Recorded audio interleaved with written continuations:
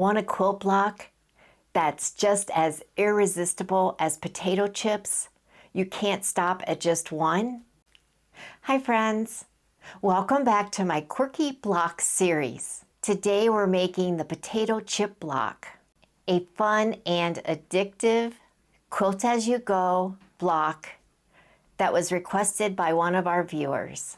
It's super easy, perfect for beginners, and ideal for turning scrap fabric into cozy, comforting quilts that you'll absolutely love using. The potato chip block got its charming name because making it is just like eating potato chips. So simple and enjoying, you can't just make one. Let's get started. Here are the materials you'll need for the Quirky Quilt series. For each block, you'll need scrap fabric, one piece of batting or flannel that measures 10 inches by 10 inches, one piece of your backing fabric. I'm simply using a muslin that is 10 inches by 10 inches, one piece of Pellon P44F lightweight interfacing that measures 10 inches by 10 inches. This is optional. You could sew your block pieces directly onto the batting if you would like. I'm using the interfacing as my canvas so that I can lay out the pieces easily. Various pieces of 2-inch wide scrap fabric pieces. To join the quilt, they will be 10 inches by 2 inches, and we'll need some longer pieces for joining the rows. A rotary cutter with a pinking blade or pinking shears, or if you're cutting a raw edge piece for your block, you could use your straight scissors. And I do have some Elmer's washable school glue to baste my backing fabric to my batting. Pins or clips, invisible thread for the top thread, and black thread in your bobbin if you're doing the hand look stitch, which is number 27 on my Brother PS 500. You could also use a light gray thread for the top thread and black thread in the bottom. And I do have a free pattern for you so that you can follow along. The link to the pattern will be in the description box below. Before we get started, I want to show you something that I found. I needed to cut some paper, and I found my trusty paper cutter. It's an old Fiskars, and it folds out like this. I don't even know if they still make them. But inside here, in the blade carrier,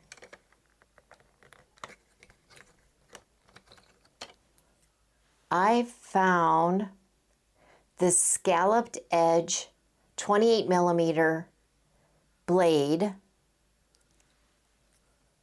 I must have been doing some Christmas cards or something, and it just pops right in there because I have a ton of these different types of blades from my paper cutting days. But if you happen to have one of these or any paper cutter that has this carrier, this blade carrier, that's from Fiskars, and you can find some of these scalloped edges, check this out. Just put that in there, hold this down, and cut effortlessly. And you get a nice scalloped edge. See if I can put it on a piece of paper so you can see that. Look at that. Again, I don't know if they still make these paper cutters, but any paper cutter that Fiskars has with this carrier, and if you can find a scalloped or pinking edge, it does cut fabric very nicely.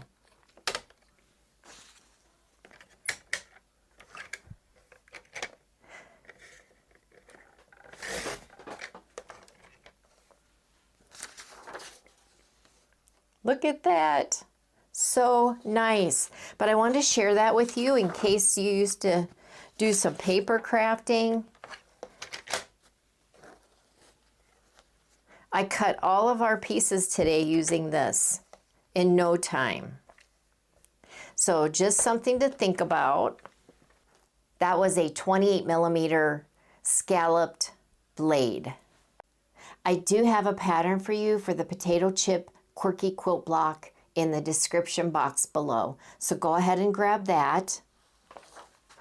You'll need 2 A pieces, 2 B pieces, and 8 C pieces. And what I'm going to do is I'm just going to kind of fold this and fold it again. Grab your canvas or your interfacing, and the rough side will be up. And someone asked, do you have to use interfacing? No, absolutely not if you don't want to. You could quilt directly onto the batting.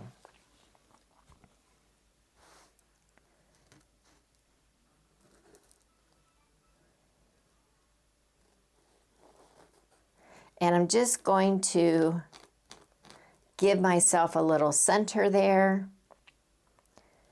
And I can see that this is the center.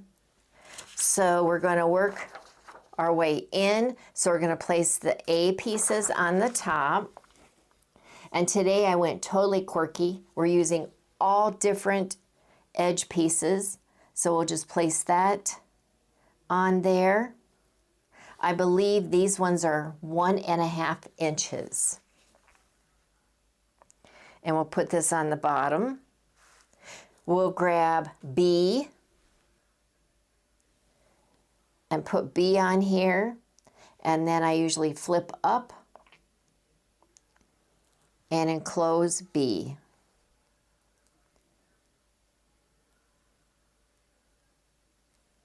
Just like that. And this is still B on the other side.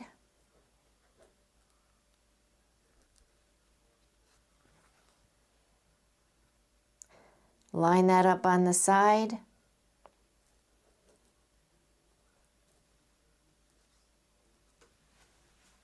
And just line everything up the best you can. There, it may slide.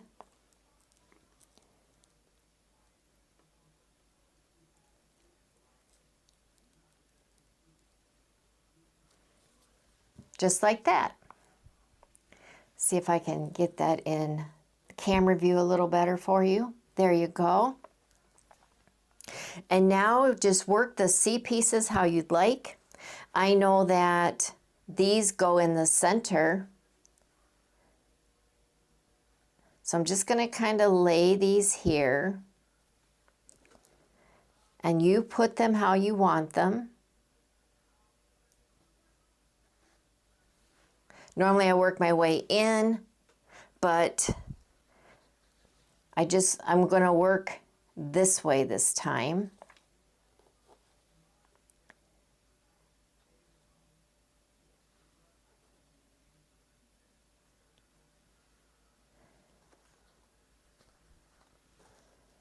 We may want a dark one up here.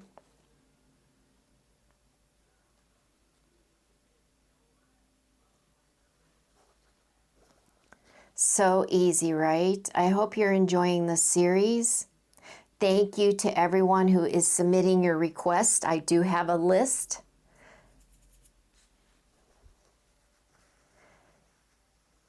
And then we need 1 C on each side. Just like that. This one is so easy, but it's so pretty.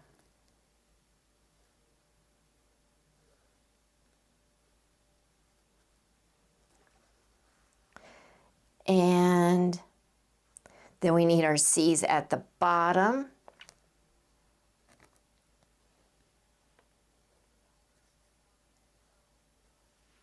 And mainly the most important thing is to overlay about 1/4 inch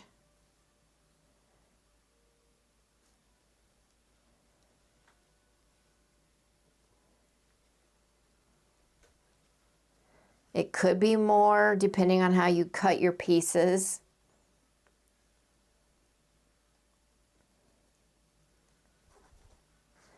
And then we'll put this one down here.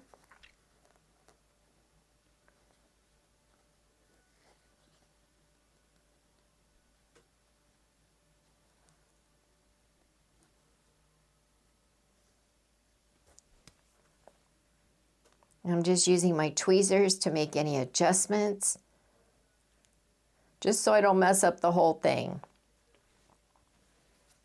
Bring this one over a little. This one under here.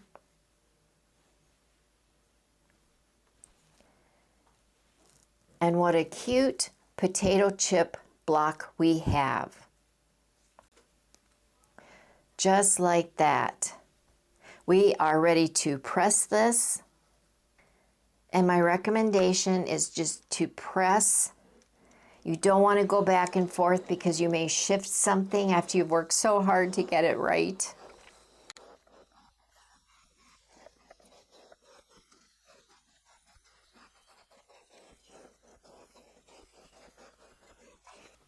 And then all we're going to do is attach to our batting and backing fabric, which I have basted with Elmer's glue. This is a muslin. And thank you to the viewer who gave the tip on combining the batting with the fusible interfacing. It worked like a charm. I was able to connect a lot of batting this way. So thank you very much. And we'll just put this batting here, line it up,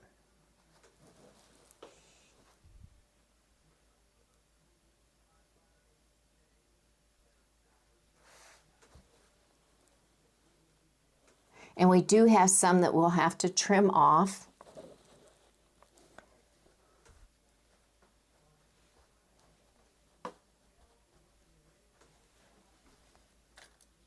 Grab pins or clips, whatever you're using. And I'll go ahead and pin from the top here first. Just want to make sure everything is lined up. And then we'll make sure our sides are lined up.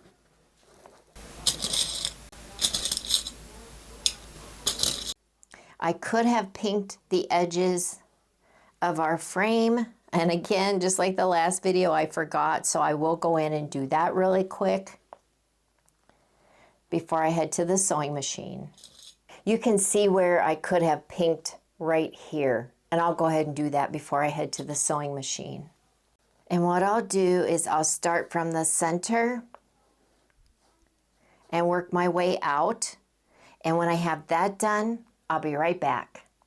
Before I go to the sewing machine, I just wanted to tell you that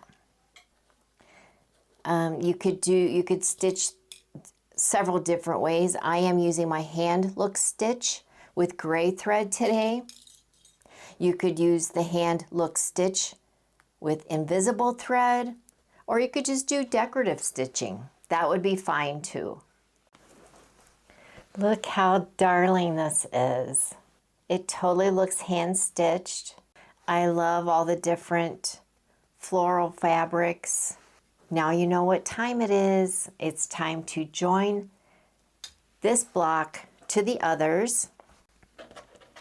I'm just going to pick a pretty joining strip for this. I think I'll use that. And these need to be 2 inches wide. I'll trim that. Trim this at the bottom. And remember, this gets flipped over. I think I'll give that a press.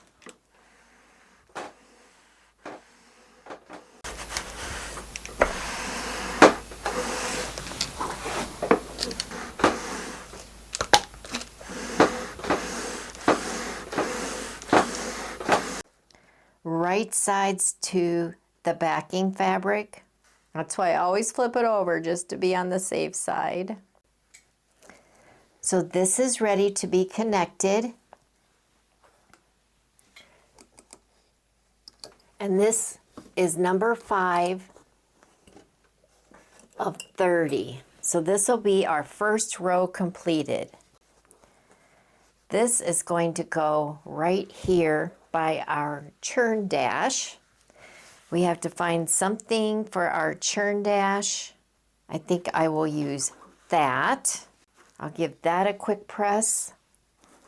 Right side together towards the backing fabric. Line that up.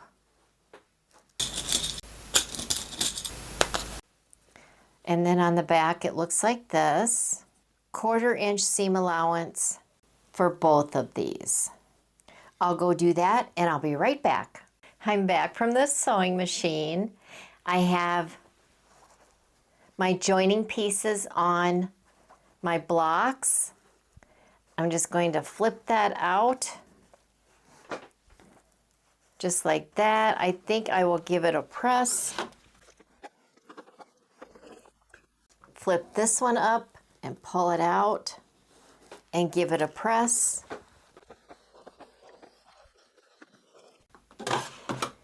And what I do is I just pick them up, put them right sides together, and pull up.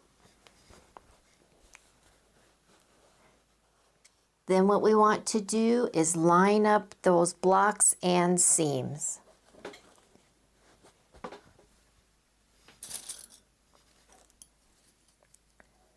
And I clip for this part.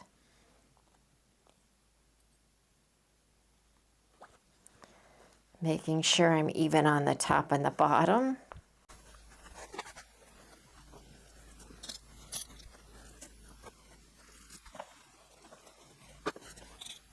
Here I'm going to pin.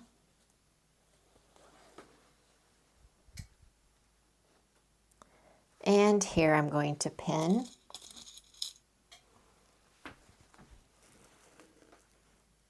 It's whatever your preference is. Then what I'm going to do is just sew right down close to the edge, but don't catch the blocks. Okay, you can kind of see in there where I got right to the edge, but not on the block. Take our clips out.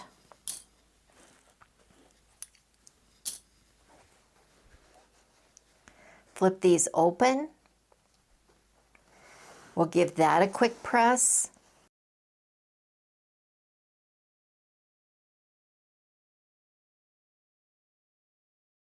And fold this in half.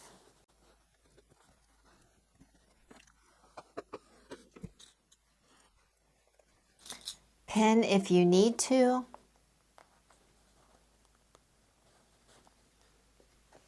And then we'll flip this up, fold this in half.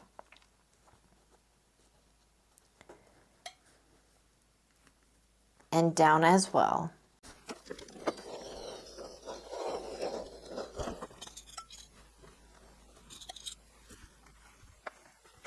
All we need to do is sew down the edge, less than 1/8 of an inch, just to catch that. And look at that. And here's the back. And I do need to do some trimming back here, so we need to get that done. And I really like the back. All right, let's go get this sewed up and I'll be right back. Look how cute. I do need to trim the top here. Look how cute. Let's just trim here a little bit.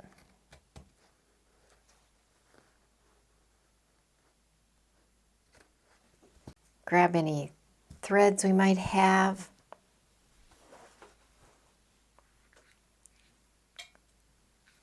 In our next video, we will begin to work on row number 2 until we get to 30 blocks.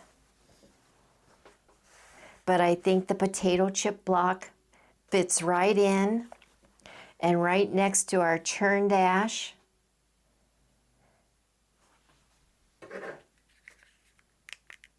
And what will our next one be? I would love to hear your ideas. Be sure to comment below with your suggestions for traditional quilt blocks you'd like me to give a quirky twist to in future episodes. I would again like to thank those who have made comments. I have added your requests to a list, and I will get to those. Before we wrap up, I want to leave you with a Bible verse and a final thought to encourage you. The Bible verse is from Psalm 118, verse 24. This is the day which the Lord hath made. We will rejoice and be glad in it.